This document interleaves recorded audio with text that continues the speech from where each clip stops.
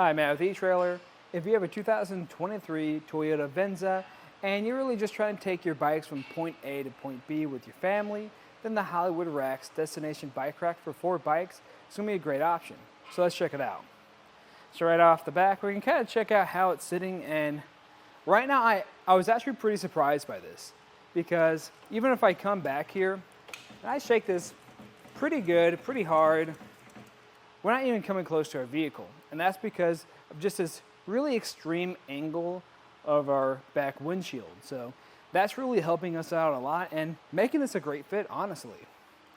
Now we are going to have a weight capacity of 35 pounds per bike, being able to carry up to 4 of them. Now they are going to sit pretty close together, but if you can really maneuver these pedals, you should be fine. Now, one of the drawbacks to this one though is that we don't have a tilt-away. So if we want to take a closer look at that, I'm going to take off my bike. So where I like to start with is going to be these straps. You're going to have one on each tire. You're going to have these little rubber protection so it doesn't scratch nothing up. Really easy to take them off and maneuver them out of your way. Same thing on the front side. Once I have this off of here, then I can move over to this center mass. Now this is going to wrap around our frame, so since we are making frame contact, I don't really recommend this for any carbon frame bikes. It will fit some alternative frame bikes if you can get that to maneuver around it. And if you have a really nice paint job, probably wouldn't recommend this just in case it scratches something up. But with it off, I just have to lift up on my bike, pull it towards me, and then I can take it out for a ride. Now, we can take a closer look at how these cradles really operate. So they're going to be able to accommodate tires up to 3 inches, so your standard ones. And if you look at the design or how the whole tray is shaped, it has this kind of bend to it. And what that's doing is helping us accommodate for a wider range of wheelbases. Now with it off, we need to make sure we put everything back up. So there's a few ways of doing this. First, you're always going to start with this wing nut, loosen that up, then you can tuck away this hook. Then I'm going to push this over either way, and this doesn't have anything holding itself down. So what a lot of people will do is use one of these straps to hold itself in place. I like to tuck this one down and use this strap right here to grab onto itself, because you don't want that bouncing around as you drive. Now with that done, we can get a few measurements. Now first, I'm going to grab my tape measure so I can do that. And the first measurement I'm going to get is going to be the ground clearance. So we'll go from the lowest point out, furthest out. That's going to be just about 18 inches, which is honestly pretty good, and that's going to be thanks to the rise in our shank. So even if you have this fully loaded and this drops down a bit, it's most likely not going to make ground contact. Now for how far it sticks out, we can get a measurement of that going from our back bumper to the back of the carrier. That's going to be at 38.5 inches. So that does stick out quite a bit, but what I actually like about that, that's pretty compact for a 4-bike carrier. Now if you need to save some space and you don't have any bikes on here, you can actually fold this up. The way we're going to do that is coming over here closest to our bumper. Well, I'm going to pull this pin or this clip, and to pull this pin you actually have to unthread it out,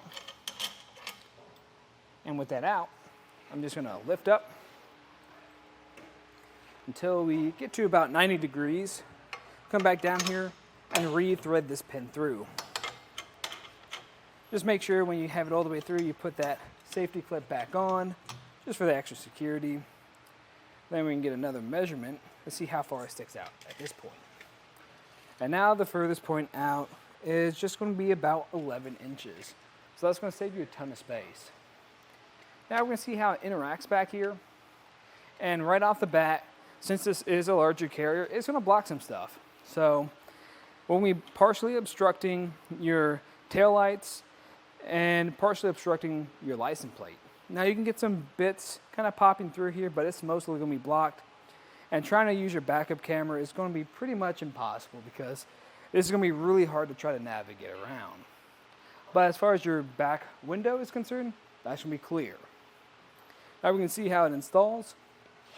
We're going to have a 2-inch shank that goes into your 2-inch hitch receiver. And then we're going to have a 3/4 inch anti-rattle bolt that comes through and secures to this lock right here. Now that anti-rattle device is just really making this a secure fit so it doesn't rattle around in your receiver.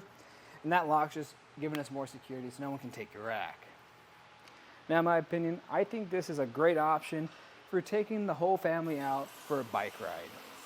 Now, something to really think about though is if you want something that's going to have a few more integrated things with it, like an integrated bike cable lock, a little bit easier to use, and a little bit better to store as well, then I'd recommend checking out the Yakima Full Tilt Bike Rack, because I can even carry an additional bike, carrying up to 5 bikes.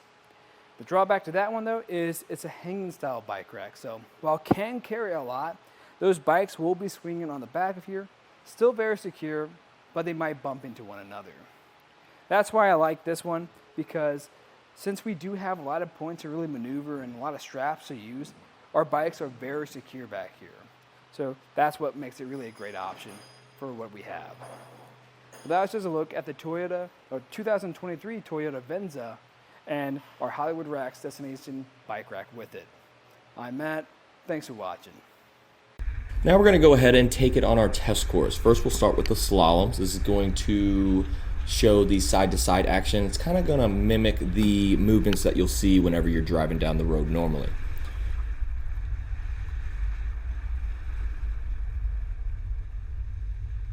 Now we'll have the alternating speed bumps. This is going to be more so like the uneven roads and some of that uneven terrain you might be traveling on, and see how it holds up.